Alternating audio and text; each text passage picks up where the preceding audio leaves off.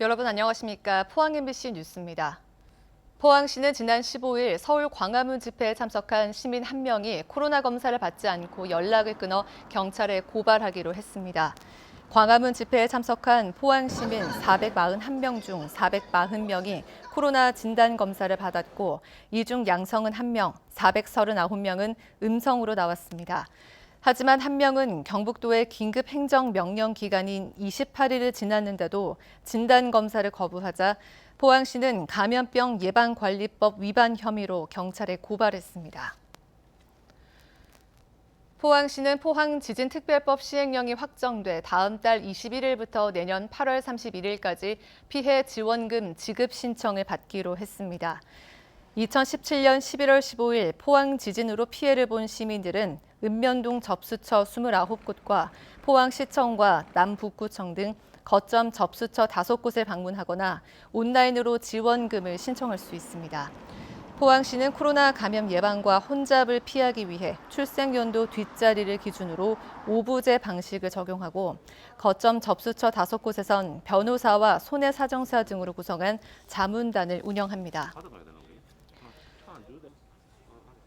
울진군은 코로나19 재확산 우려에 따라 올해 예정된 울진 금강송배 힐 클라임 대회 등 전국 규모 11개 체육 대회를 모두 취소한다고 밝혔습니다. 이는 사회적 거리두기 2단계 격상에 따른 걸로 자영업자와 소상공인의 피해를 최소화하기 위한 조치라고 설명했습니다. 울진군은 지난 2월에도 코로나19 확산으로 울진대게와 붉은대게 축제, 한국중등축구연맹전 등을 취소했습니다. 재단법인 문화엑스포는 한국 화가 박대성 화백을 주제로 최근 제작된 원로작가 디지털 아카이빙 영상이 코로나 시대 비대면 자료로 관심을 모으고 있다고 밝혔습니다. 이 영상은 문화체육관광부와 예술경영지원센터가 원로작가의 화업을 디지털 자료로 만든 것으로 한국화 분야에서는 박화백이 처음 선정돼 유튜브를 통해 공개되고 있습니다. 박대성 화백은 한국화를 창조적으로 계승했다는 평가를 받는 작가로 지난 2015년 작품 830점을 경주 엑스포 솔거미술관에 기증했습니다.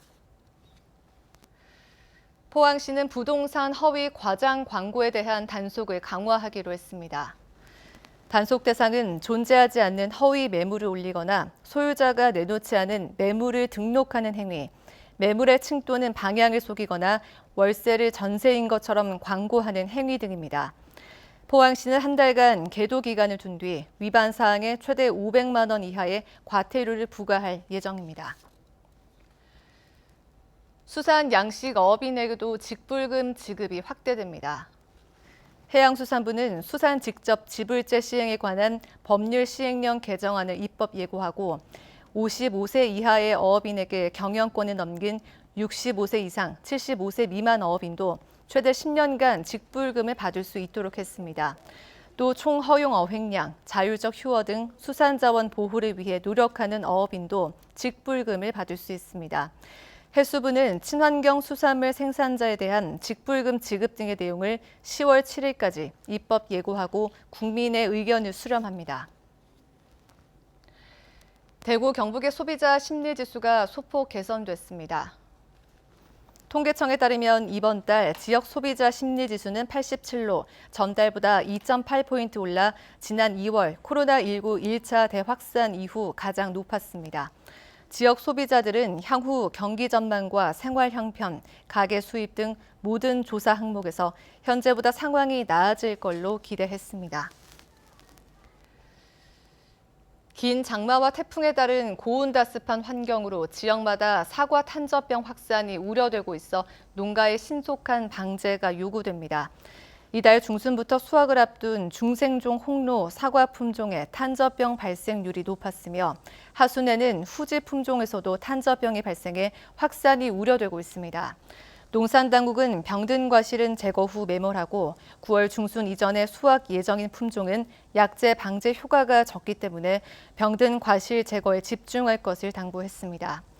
후지 만생종은 전문 약제를 살포해 병포자가 생기는 것을 억제하고 살균제 살포는 최소 7일에서 10일 간격을 지켜야 한다고 밝혔습니다. 이상으로 포항 MBC 뉴스를 마칩니다. 여러분 고맙습니다.